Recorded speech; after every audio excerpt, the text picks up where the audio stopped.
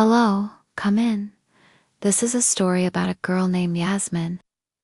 She was 16, born in Lyon, raised by a tired mother who worked double shifts at a call center, and a father who left when she was 8 and never called again. Yasmin was French on paper, Algerian by blood, but she never really felt like she belonged to either. Her curls were too wild for the girls at school, her accent too polished for the boys in the neighborhood.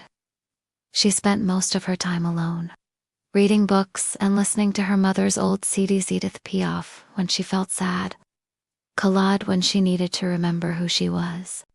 That summer, her mother got an offer to train abroad for 6 weeks, and out of nowhere decided Yasmin should stay with her grandmother in Marseille.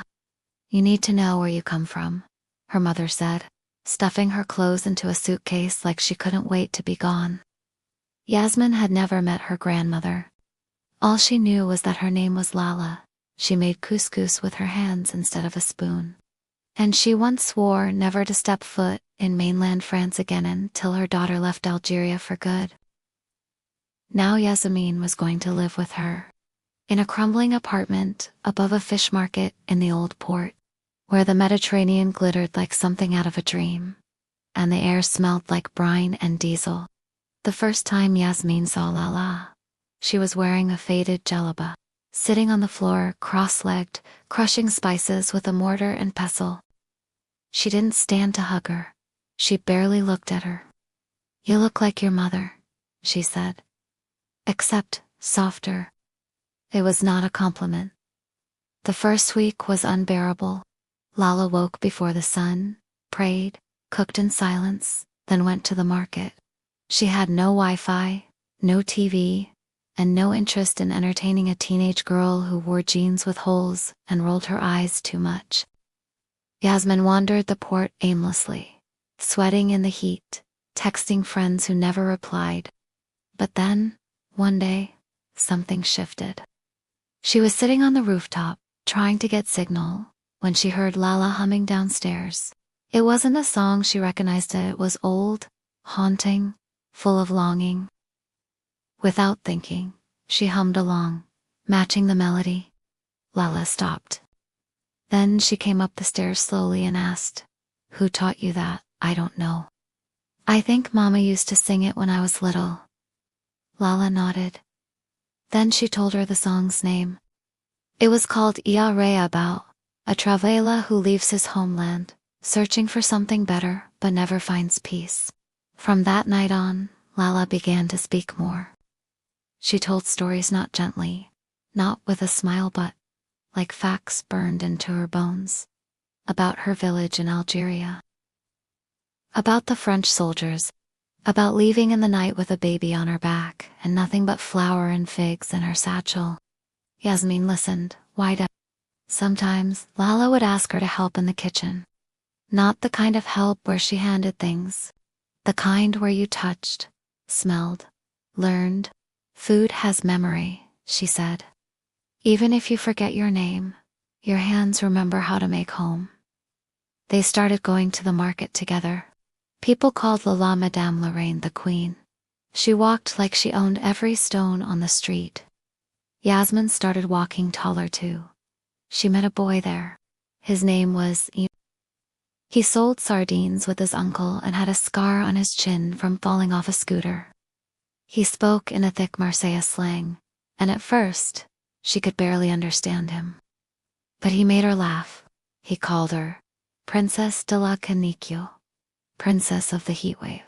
They rode his bike along the coast one afternoon to a hidden cove only locals knew. She swam in the Mediterranean for the first time, her curls wild, her face salt-streaked, her heart cracked open. She kissed him. It wasn't perfect, but it felt like she'd found something she didn't know she was missing. But good things don't last forever.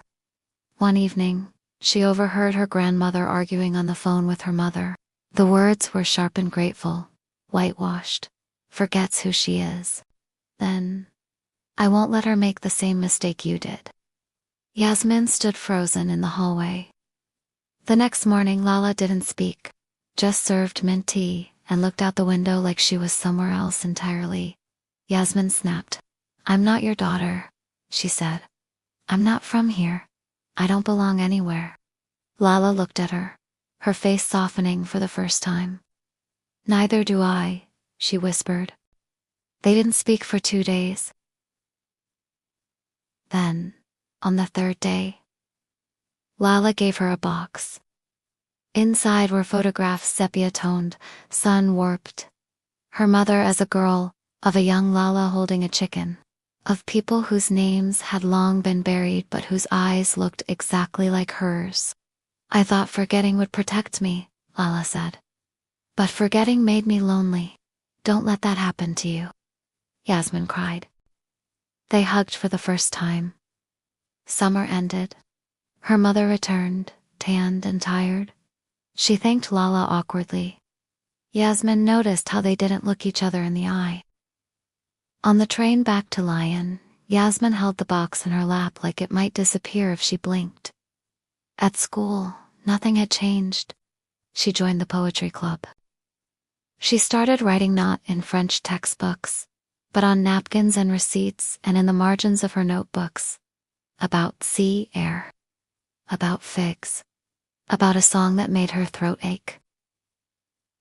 She didn't text Imran again, but she kept a seashell in her bag. Sometimes, when the world felt too loud, she held it to her ear and swore she could still hear the sound of the waves. And every summer after that, she returned to Marseille. Not just for Lala, but for herself. For the girl she became under the blazing sun and salt. If this story spoke to you, like, comment, and share it with someone who needs a little inspiration. Subscribe for more coming-of-age stories, because small dreams can lead to wild lives.